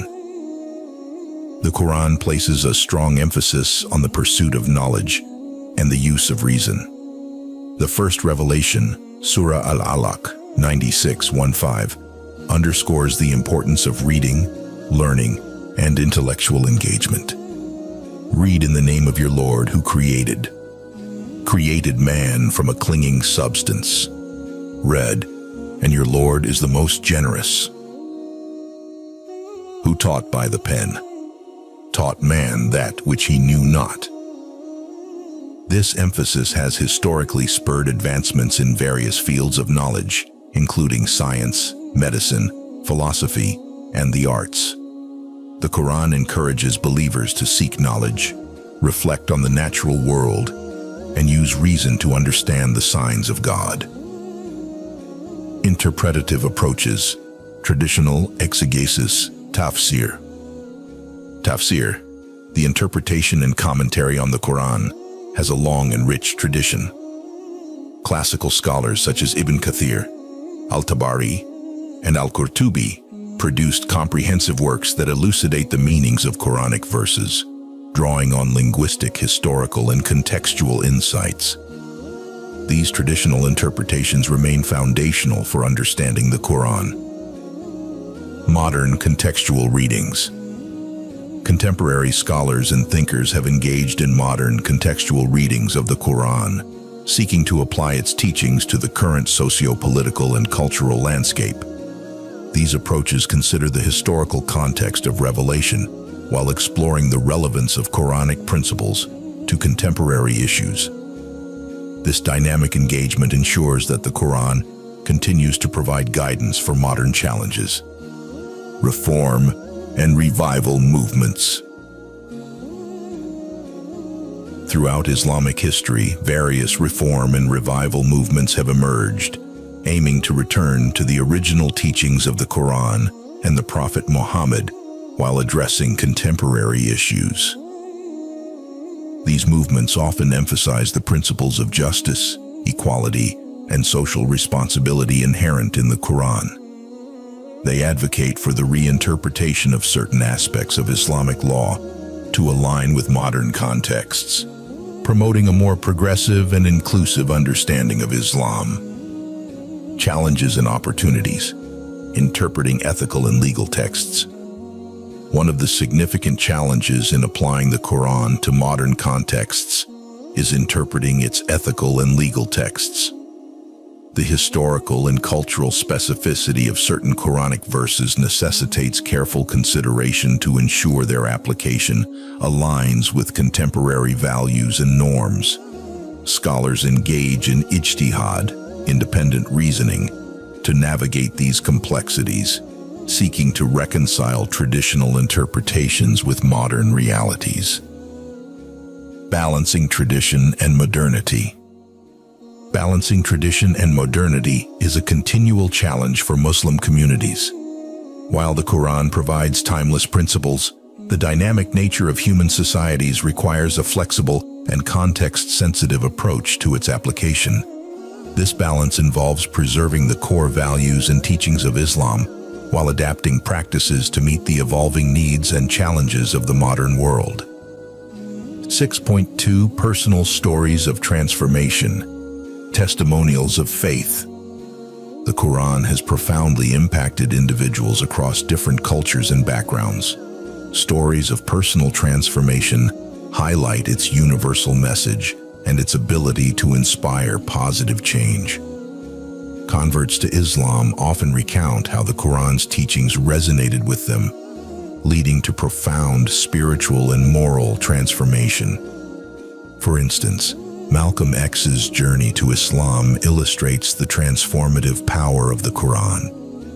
Initially a member of the Nation of Islam, his pilgrimage to Mecca exposed him to the universal brotherhood of Muslims from diverse backgrounds. The Quran's message of equality and justice deeply resonated with him, leading to a significant shift in his worldview and activism. Scholars and thinkers. Many scholars and thinkers have dedicated their lives to studying the Quran, contributing to its understanding and dissemination. Their works and teachings continue to inspire new generations of Muslims and non-Muslims alike, fostering a deeper appreciation for the Quranic message. For example, Muhammad Iqbal, a philosopher and poet, drew inspiration from the Quran in his vision for a revitalized Islamic society. His writings emphasize the dynamic and progressive aspects of the Quran, advocating for spiritual and intellectual renewal within the Muslim world. Everyday believers. For everyday believers, the Quran serves as a constant source of guidance, comfort, and inspiration. Whether facing personal challenges or seeking to improve their moral character, Muslims turn to the Quran for answers and support. The practice of reciting, reflecting on, and implementing its teachings is integral to their spiritual journey. Anecdotes from individuals highlight the Quran's role in their lives.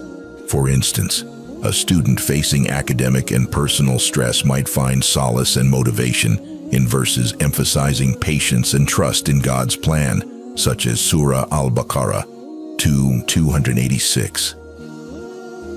Allah does not burden a soul beyond that it can bear. 6.3. The global impact of the Quran. The Quran's influence on global culture.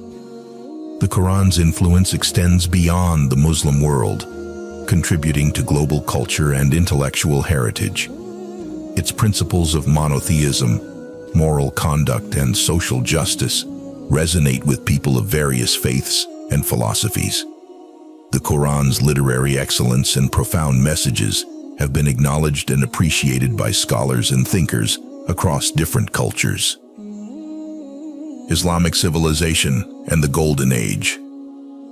During the Islamic Golden Age, 8th to 14th centuries, the Quran inspired significant advancements in various fields, including science, medicine, mathematics, astronomy, literature, and philosophy.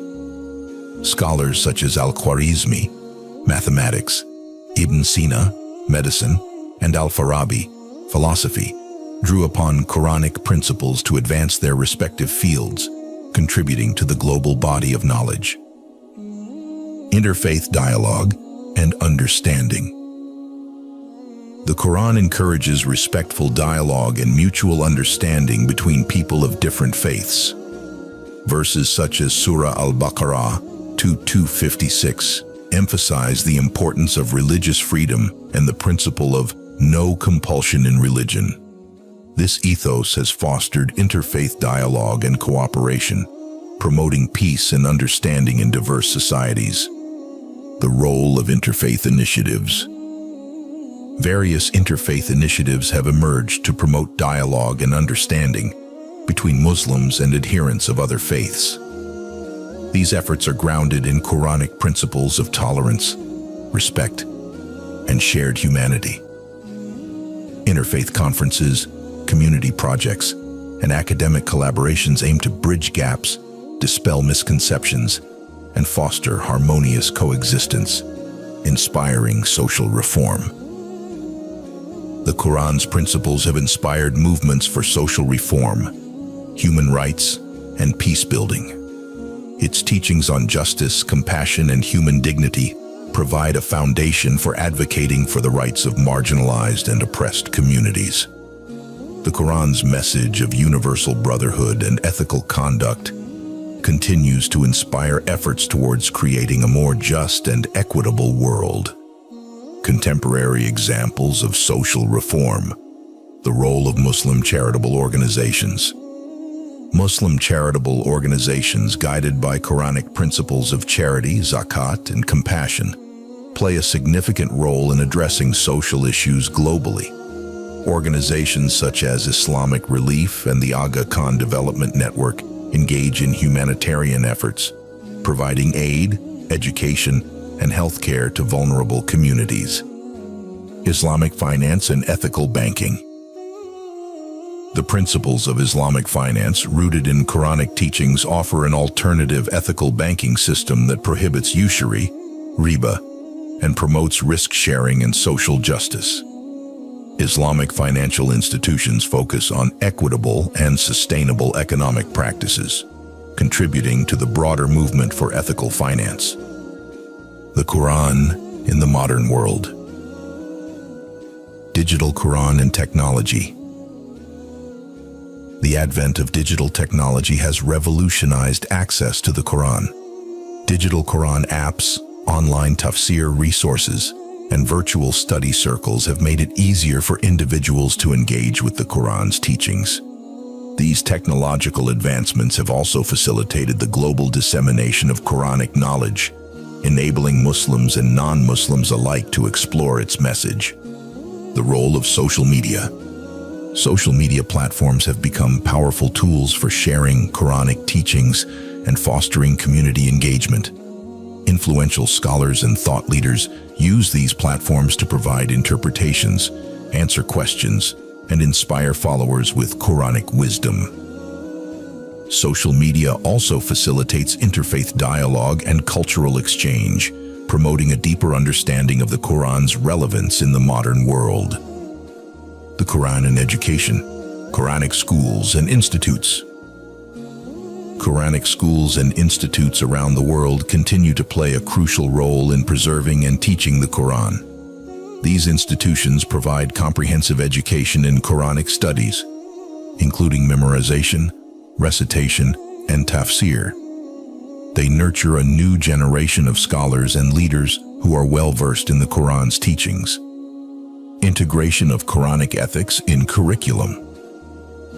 Efforts to integrate Quranic ethics into broader educational curricula emphasize the importance of moral and ethical development alongside academic achievement.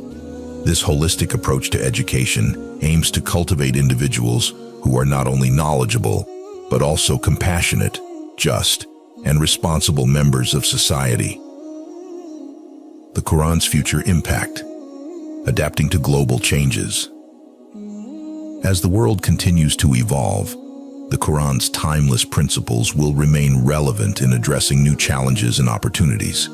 The ongoing efforts of scholars, thinkers, and community leaders to reinterpret and apply Quranic teachings in contemporary contexts will ensure that the Qur'an continues to guide and inspire future generations. Promoting peace and understanding. The Qur'an's message of peace, justice, and compassion holds significant potential for promoting global harmony and understanding. By fostering a deeper appreciation for the Qur'an's teachings and encouraging dialogue across cultural and religious boundaries, the Qur'an can contribute to a more peaceful and just world. The Qur'an's legacy is vast and multifaceted, encompassing its meticulous preservation, profound teachings, and enduring influence on art, culture, and society. It remains a beacon of guidance and inspiration, providing a comprehensive framework for ethical living and spiritual fulfillment. The Qur'an's relevance transcends time and place, continuing to shape the lives of millions of people around the world. As we conclude this exploration of the Qur'an's contemporary relevance, we reflect on its ability to inspire, challenge, and guide humanity towards a path of righteousness and peace. The Qur'an's message, rooted in timeless principles and divine wisdom, offers a blueprint for addressing the complexities of modern life and building a better future for all.